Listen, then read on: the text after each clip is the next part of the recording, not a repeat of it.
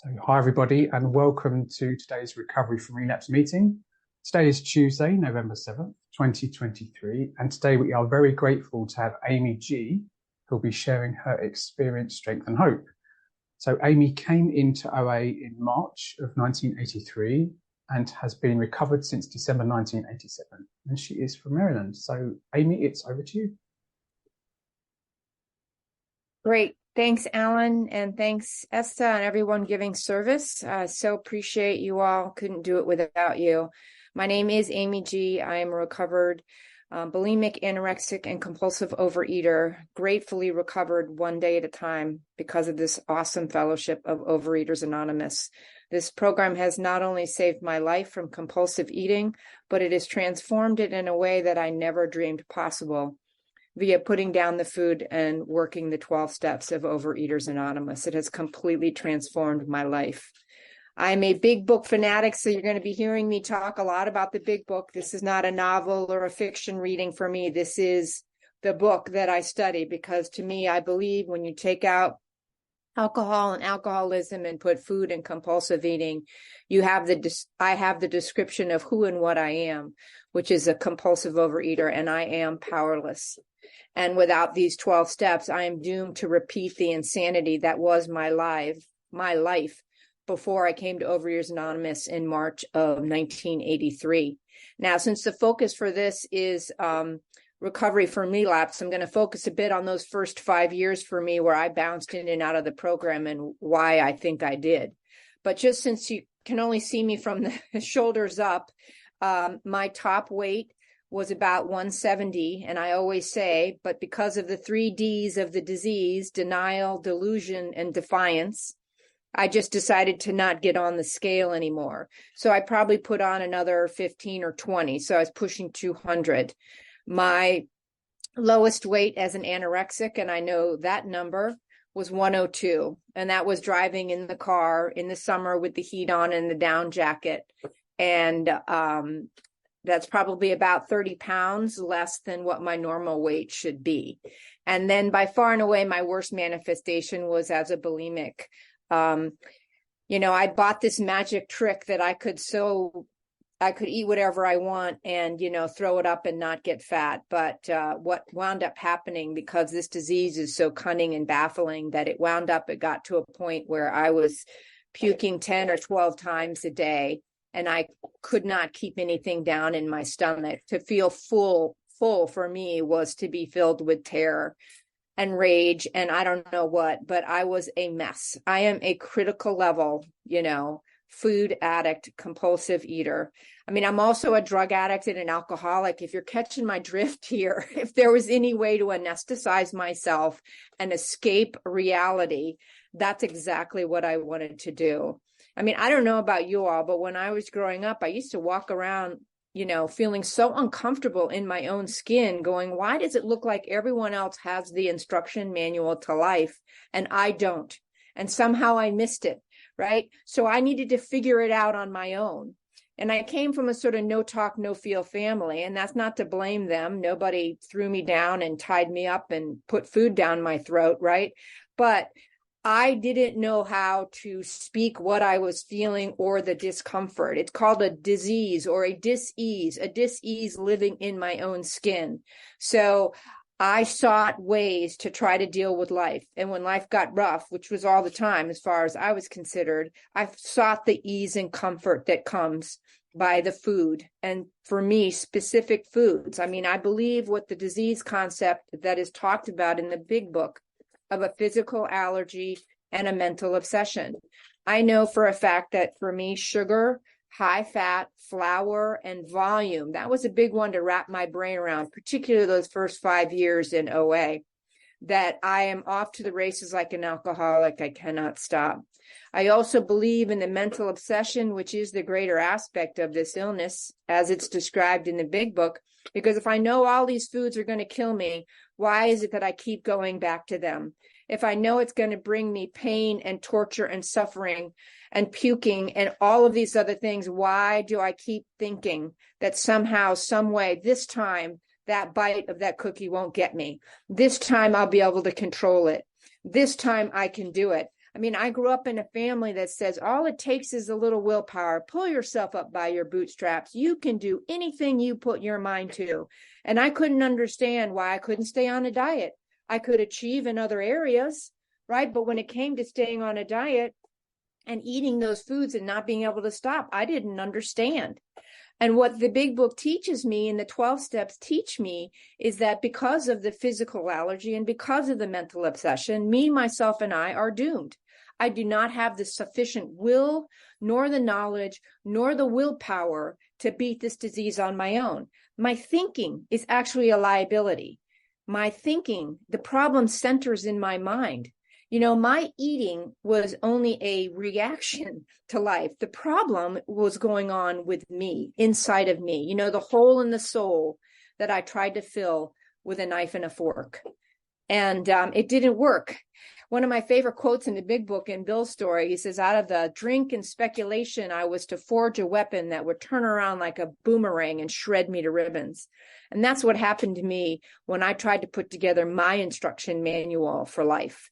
And it just about shredded me to ribbons, to the point where in March of 83, I came to my first Overeaters Anonymous meeting. I was a freshman in college. I was failing out of school. I was taking all the money that my parents sent me for school books and whatever. And I was going to the grocery store with a piece of paper pretending to be ordering for a party, right? Because, of course, we had to keep appearances, right?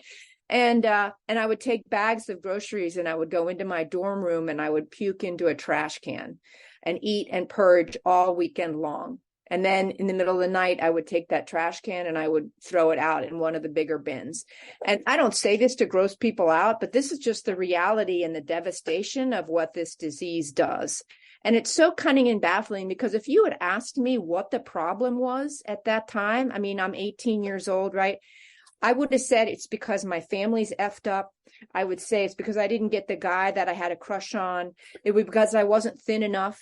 You know, I bought the myth the world sells that if you meet this magic number on the scale, that somehow your life is going to come together. And I could never find that. I could never find that fantasy. So anyways, I walked into this Overeaters Anonymous meeting and I heard the word compulsive eater. I'd never heard of that. Didn't even know what that was. Abstinence. I mean, I had no clue. I mean, this fellowship, it is a 12-step program. We do need to work the 12 steps, but I will say the power of identification has the power to save lives, because when I walked into that meeting and I heard people talking about things that they did with food, like throwing it in the trash and then going back and getting it a few hours later, eating food that is frozen, stale, burned, molded, you know, whatever, I thought I was the only one. I mean, this is a disease that talks to you in your own language. It wants to get up into your head and kill you. It will tell you in your own voice that it's okay to rationalize the most insane behaviors. I was a liar. I was a thief. I went to dorm rooms and stole money for food. I stole your food out of mini fridges. I mean, people were talking my language in this meeting. But unfortunately, or fortunately, or however you want to see it, in God's economy, nothing is wasted. Somebody started talking about God. And to me, God was a 4-letter word at that point, because I was firmly entrenched in my agnosticism. God didn't give me what I wanted, like a universal freaking Santa Claus. So I said, the hell with you.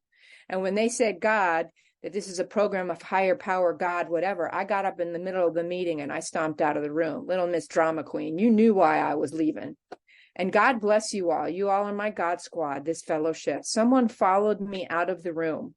You know, you just never know if you're a seed planter, a life changer, whatever. But, you know, that is our job. To stay on the firing lines of life. And someone followed me out of the meeting and said, look, you know, you can make your higher power whatever you want. The only requirement for membership is desire to stop being crazy with food. We welcome you here. And they handed me a pamphlet with 15 questions. Are you a compulsive overeater? And then she just said, come back. We love you. We welcome you. And that saved my life, because I read those 15 questions and it was stuff like, you know, do you eat a little in front of others? and then anticipate going home and eating large volumes and quantities of food. Have you ever been treated for morbid obesity or seen a psychiatrist? I mean, I answered yes to every single one. And I always laughed because I was failing school and I was like, that's the first A I'd gotten in an exam in a really long time, because it was like a splash of cold water hit me in the face. And I thought, wow, this must be who I am, right? So I started coming back to meetings. But like I said, that was March of 83. And I didn't become recovered and abstinent, the OA's definition of abstinent, refraining from compulsive eating and compulsive food behaviors while working towards or maintaining a healthy body weight, right? That was almost a 5-year span of relapse. And I'm telling you, OA and compulsive eating, the two don't go together very well. There's a joke that goes around in OA that is, OA is like the mafia. Once you get in, you never get out, because it ruins all your binges and you know too much, right? So now I would be relapsing in and out of the rooms, and I'd be like, wow, I'm admitting I'm powerless, but I'm still not abstinent. I needed someone to sort of show me the way. And at that point, I was really struggling. I think one of the most deadly things that we can do in Overeaters Anonymous is to be closed-minded and unwilling to take action, right? My first sponsor, when I finally started working this program in 87, she said, look, in Overeaters Anonymous, we don't think our way into a new way of acting and believing. We act our way into a new way of believing and thinking. This is a program of action. We don't even want you to think that much, Amy, right? Because we know where your thinking gets you. And I think you do too, Amy. And she was right, because my thinking was killing me. It was my thinking was a liability. It was constantly convincing me, because of the mental obsession, that I could do things that I couldn't do. The mental obsession drives you to the food, and the physical allergy keeps you there in a vicious cycle that I was torturously doing for those 5 years in Overeaters Anonymous. And when I look back on that time and I try to think about, what were those things besides unwillingness, was my unwillingness to work this program in its totality, right? It talks about it and how it works. Half measures on page 59, half measures avail us nothing. We stand at the turning point. To me, this is an all-in program. On page 58, it says, at some of these steps we balked. We thought we could find an easier, softer way, but we could not. And I tried every easier or softer way there could be, because I was willing to admit I was powerless. But steps like 8 and 9, like make amends, are you kidding me? Like when hell freezes over, like what does that have to really do with me wanting to just meet the magic numbers on the scale? Because that's all I wanted to do. I just wanted to lose the weight. What I didn't understand, or gain it for that matter, what I didn't understand was that there is so much more to this disease than meets the mouth, if you'll excuse the pun, right? I needed to understand that putting the food down was just the beginning. It was like step 0, right? Because then began the process of personality transformation that I needed to stay abstinent. Because in those 5 years, I could get abstinent all the time. I had 3 months here, 4 months here, 4 weeks here, 8 months at one point, but I could never stay stopped. Why could I never stay stopped? Because I never addressed the mental obsession through the 12 steps. I never did the inventory. I did it sort of half-assed. I kind of treated this program, in all honesty, with buffet style, right? I'll have a little of this step, a little of that step, right? And I remember I heard this in a meeting once, and I really like it because it kind of encompasses what I was struggling with. The first word in step 1 is we admitted we are powerless. This is a we program, and I need power greater than myself to restore me to sanity up here. But there is only something me, myself, and I can do. Me, myself, and I. That is to choose to surrender and take the appropriate action as these instructions are laid out. Not my instruction manual, these instructions, right? And oh, by the way, once I follow those instructions, I get a manual that is the 4th dimension way of living life that I never even dreamed possible. I mean, if you were to ask me when I first walked into OA what I'd want, what my dream would have been to just stop dying from compulsive overeating. Now I'm realizing that I've not only been given that, right? I've been given a way to live life that I never dreamed possible, like to handle life. Right? Step 2 says, we are restored to sanity. So I'm slowly but surely, one day at a time, being restored to sanity in my thinking. And in step 3, I turn my will and my life over. I don't have to carry the world on my shoulders anymore. I don't have to be a control freak. I don't have to be a perfectionist. I believe now in a higher power, whom I choose to call God, which is just ridiculously hilarious considering where it was when I came into this program. I mean, my sponsor said to me, she said, Amy, I don't care if you think it's Jesus, Buddha, or the universal vibes of a tree, as long as it isn't you and it's greater than you. And at that point, by 5 years in, I was like, okay, I give. And initially, it was just the power of the group. It was the power of my sponsor in whom the problem had been solved, because I never thought in my wildest dreams that it was possible to get anything more than a few months of abstinence, right? And she had a couple of years. To me, that was just freaking phenomenal. How is that even possible? And here I stand Amy, before you. Yeah. That's halfway through. Okay, perfect. So here I stand before you with a couple of decades. Am I all that? Absolutely not. It is because of the power of this program and the power of my higher power. This program has given me the keys to the kingdom, so to speak, in the way that I can live my life not only abstinently, but with a higher power. And over the years, that agnosticism, it started to transform. And I started to, through my step work, to come to believe in a power greater than myself, whom I now choose to call God. Again, phenomenal for me. I would have never imagined it, but it is a power greater than me because I needed that. And today, I need that today just as much today as I did back then, because just because we're abstinent doesn't mean that life is, going to be all peaches and cream and rainbows and unicorns, right? I needed then, and I need today. So that agnosticism, unwillingness to take action, unwillingness to follow instructions, still relying on willpower and knowledge, all of those things stood in the way for me in those first 5 years of constant relapse. And finally willing to surrender in December of 87 was a life changer for me, because I finally surrendered to who and what I am. I am a compulsive eater, food addict, bulimic, anorexic. I am who they say I am. I have the physical allergy. I have made that choice to surrender. I have the mental obsession. So now I'm going to work this program like my ass is on fire. And I did. I think one of my biggest fears in my biggest fear in long-term recovery is complacency, because I don't ever want to forget those 5 years. I don't ever want to forget what it was to try to work this program my way, because I know where that will get me.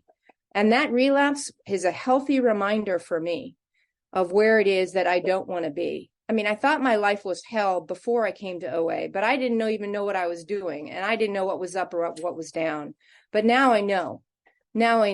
And I don't want to live that way anymore, especially when I have a choice now.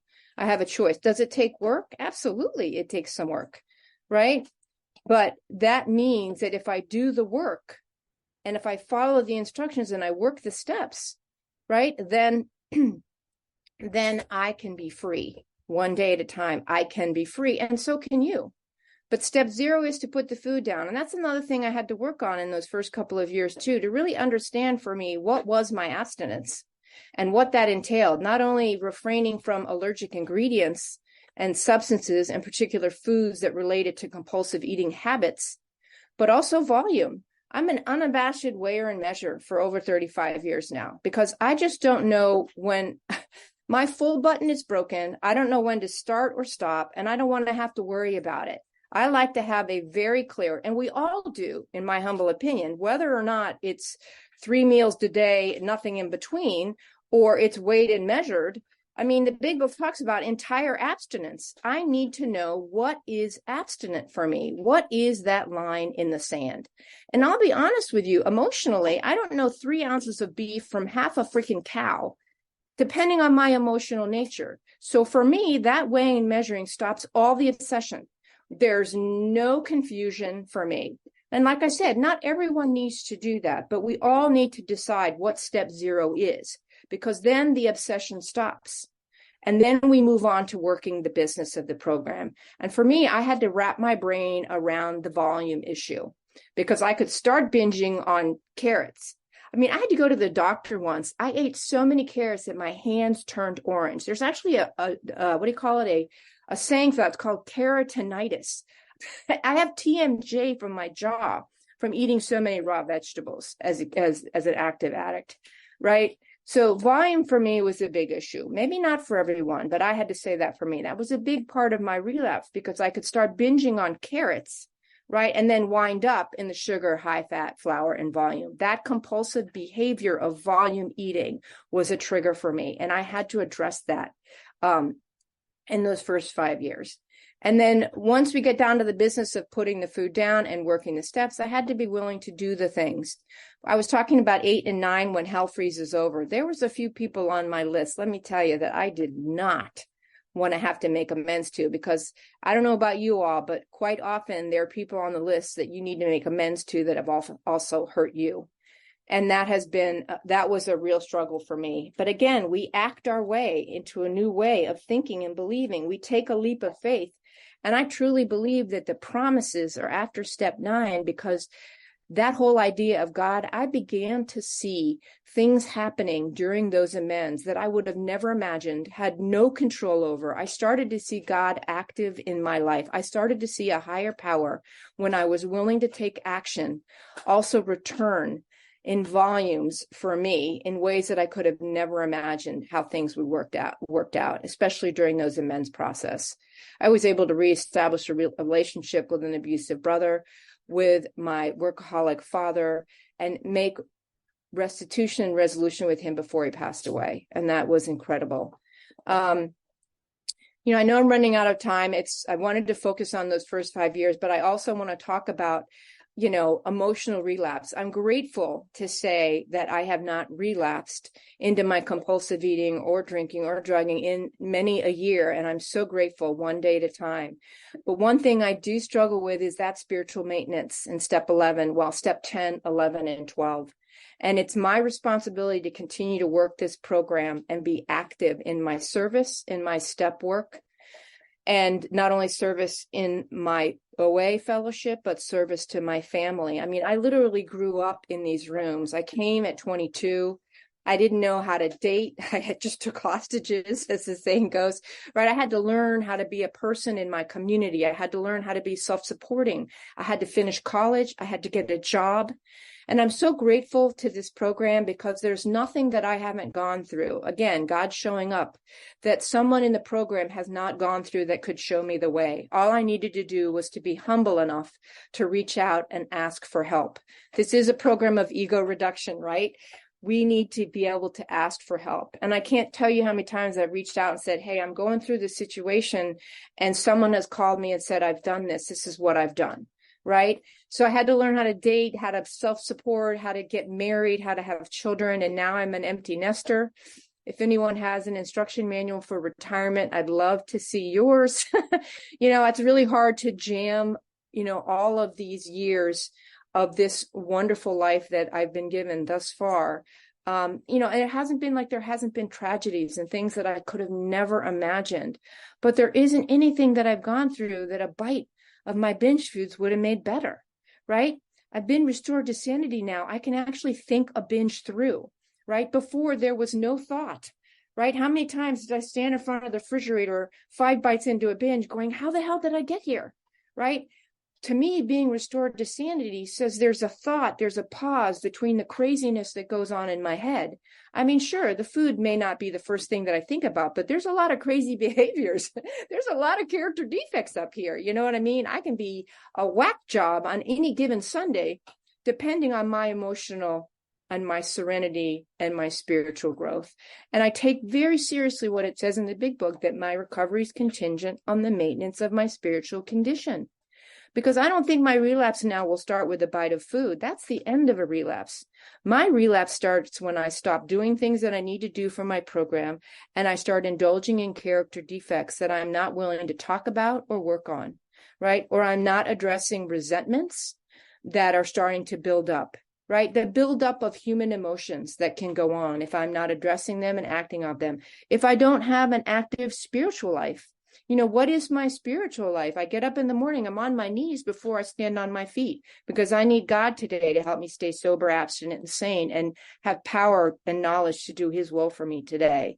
I ask for God for another day. I do my readings in the big book and my devotionals in the morning. I have sponsee calls, right? I have connections throughout the day. I'm going to meetings. I'm giving service. I mean, my program and my spiritual growth are my anchor in the whirling dervish of what is my life, right? They are my anchors now. It's not too much work for me. I'm not too busy to do my program. My program is my life. And then the rest of my life goes on around it. That's what I mean by my anchors in my day. It's just the way I live my life. Does it take time? Is it inconvenient sometimes? Does it piss off family members sometimes? Yeah, it does. And I've had to learn how to work and collaborate with family members and husbands and doing the things that I need to do to take care of myself, right? And 5 minutes remaining, Amy. Thank you. And I humbly concede that I need to do those things. There's not a restaurant I walk into without first checking the menu, or I'm online now checking the menu, right? When we go traveling, there's always needed extra space in suitcases and things because I have to plan accordingly to make sure that I can get the food that I need. If I didn't have a leg, I wouldn't get out of bed without putting my prosthetic on, right? Because I'd fall on my face. And that I have some limitations. I live a full life, but I live within certain limitations so that I can work my program. And sometimes that inconveniences people, but that's okay, right? So I keep an active program. I give service. I try to stay spiritually fit as much as possible. Do I do that perfectly? I absolutely do not. It is a one day at a time program. But I will say there's a couple of quotes from the big book that I wanted to finish with. And for those of you who are big book enthusiasts, please don't shoot me because they're not from the first 164 pages of the big book. They're from some of the stories on the fourth edition. This is on page 317, and it's the story, My Chance to Live. It says, sobriety is nothing like I thought it would be. At first, it was one big emotional roller coaster full of sharp highs and deep lows. My emotions were new, untested, and I wasn't entirely certain I wanted to deal with them. I cried when I would have been laughing or should have been laughing. I laughed when I should have cried. Events I thought were the end of the world turned out to be gifts. It was all very confusing. Slowly, things began to even out. And as I began to take the steps of recovery, my role in the pitiful condition of my life became clear. If asked what the two most important things in recovery are, I would have to say willingness and action. I was willing to believe that what AA and OA was telling me was the truth. I wanted to believe it in a true way that I cannot relate in words. I wanted this thing to work. Then I began to take the course of action prescribed. Events that I thought were the end of the world turned out to be gifts. I can say now that I'm a grateful, recovering, compulsive overeater. I mean, that used to make me gag when I heard other people say that, right? But now I can say I have a life beyond my wildest dreams because of this program. And I'm grateful to be recovered. And then my last quote is from the story, Me, an Alcoholic. It's on page 386, and it says, here I have found an ingredient that had been lacking in any other effort I had made to save myself. Here was power. Here was the power to live to the end of any given day, power to have the courage to face the next day, power to have friends, power to help people, power to be sane, power to stay sober.